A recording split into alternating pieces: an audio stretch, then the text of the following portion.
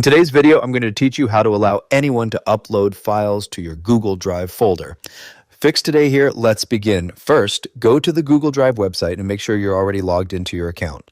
Once your Drive dashboard loads, locate the folder where you want other people to upload files. After finding the folder, right-click on it to open the context menu.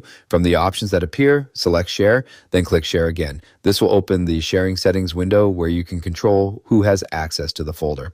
Inside the sharing window, type the email address of the person you want to give upload access to. After entering the email address, look to the right side of the field where you'll see a drop-down menu. This is usually set to Viewer by default. Click the drop-down menu and change the role to Editor.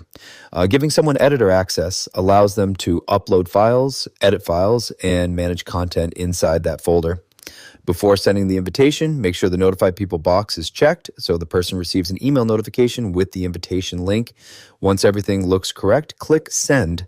The person you invited will now be able to upload files directly into that folder. There is also another way to allow uploads without adding individual email addresses. You can create a link that anyone can use. To do this, open the sharing settings again by clicking Share on the folder. Under the General Access section, change the setting from Restricted to Anyone with the link. After changing the access type, look at the role setting on the right side and switch it from Viewer to Editor. This step is important because users must have editor permission in order to upload files into the folder. Once the permissions are set, click Copy Link. You can then send that link to the people who need to upload files. Anyone who opens the link with editor access will be able to add files directly into your Google Drive folder.